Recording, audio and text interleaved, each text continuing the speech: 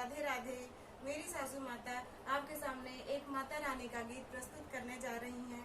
आप लोग देखिए, लाइक करिए, शेयर करिए, कमेंट करिए और अगर आप हमारे चैनल पर नए हैं तो प्लीज सब्सक्राइब जरूर करिए।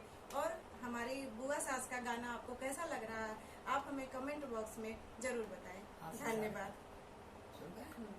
निबिया की झरनी पतैया मंदिर कैसे बटोरी जी।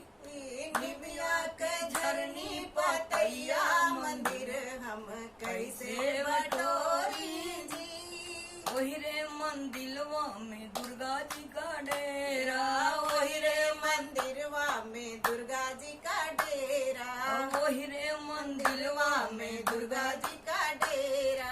शेर देखत डरे लागे मंदिर हम कैसे बटोरी जी।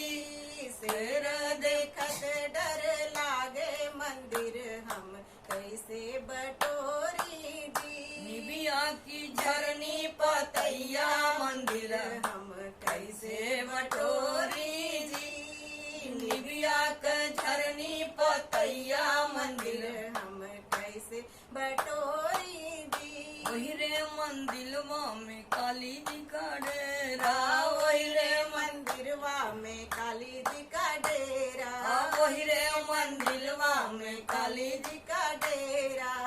जिभिया देखत डरी लागे मंदिर हम कैसे बटोरी जी। जिभिया देखत डर लागे मंदिर हम कैसे बटोरी जी। निबिया के झरनी पतैया मंदिर हम कैसे बटोरी जी। वही रे मंदिलवा में शंकर जी का डेरा, वही रे मंदिरवा में शंकर जी का डेरा, वही रे मंदिरवा में शंकर जी का डेरा।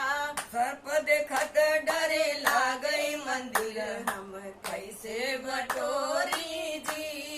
सर्प देखत डरे लागे मंदिर हम कैसे बटोरी जी। निबिया के झरनी पतैया मंदिर हम कैसे बटोरी।